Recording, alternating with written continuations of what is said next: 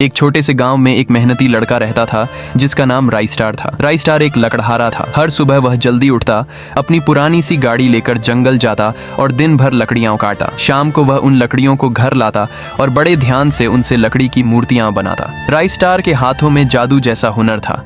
उसकी बनाई हुई मूर्तियां इतनी असली लगती थीं कि लोग दूर दूर से उन्हें देखने और खरीदने आते थे। और राइस्टार दिन ब दिन अमीर होता जा रहा था। एक दिन सुबह हमेशा की तरह राइस्टार जंगल गया। वह लगातार पेड़ काटा रहा। धीरे धीरे उसने आधा जंगल काट दिया। थककर उसने अपनी कुल्हाड़ी एक बड़े पेड़ के पीछे रख दी और कटी हुई लकड़ियों को गाड़ी में भरकर घर चला गया। लेकिन जल्दी में वह अपनी कुल्हाड़ी जंगल में ही भूल गया। रात हो चुकी थी। जंगल में गहरी शांति छाई हुई थी। हवा भी धीरे धीरे पेड़ों के पत्तों को हिला रही थी। तभी अचानक पेड़ों के पीछे से हल्की सी हलचल हुई। अंधेरे से एक अजीब सा दानव बाहर निकला। वह दानव पूरी तरह सोने का बना हुआ लग रहा था। उसका शरीर ऐसे चमक रहा था जैसे उसमें सूरज की रोशनी कैद हो। जैसे ही उसने जमीन पर पड़ी राइस्टार की कुल्हाड़ी उठाई, चमक! कुल्हाड़ी अचानक सोने की कुल्हाड़ी में बदल गई। पूरा जंगल एक पल के लिए सुनहरी रोशनी से चमक उठा। दानव धीरे से मुस्कुराया और फिर अंधेरे में गायब हो गया। सुबह हुई। राइस्टार अपने घर में सो रहा था। अचानक उसे याद आया, अरे मेरी कुल्हाड़ी तो जंगल में ही रह गई। वह तुरंत उठकर जंगल की तरफ दौड़ा। जंगल पहुंचकर उसने घंटों तक अपनी कुल्हाड़ी ढूंढी। आखिरकार उसे वह पेड़ के पीछे मिल गई। जैसे ही राइस्टार ने कुल्हाड़ी उठाई, उसने देखा कि कुल्हाड़ी सोने की तरह चमक रही थी। राइस्टार थोड़ा हैरान हुआ,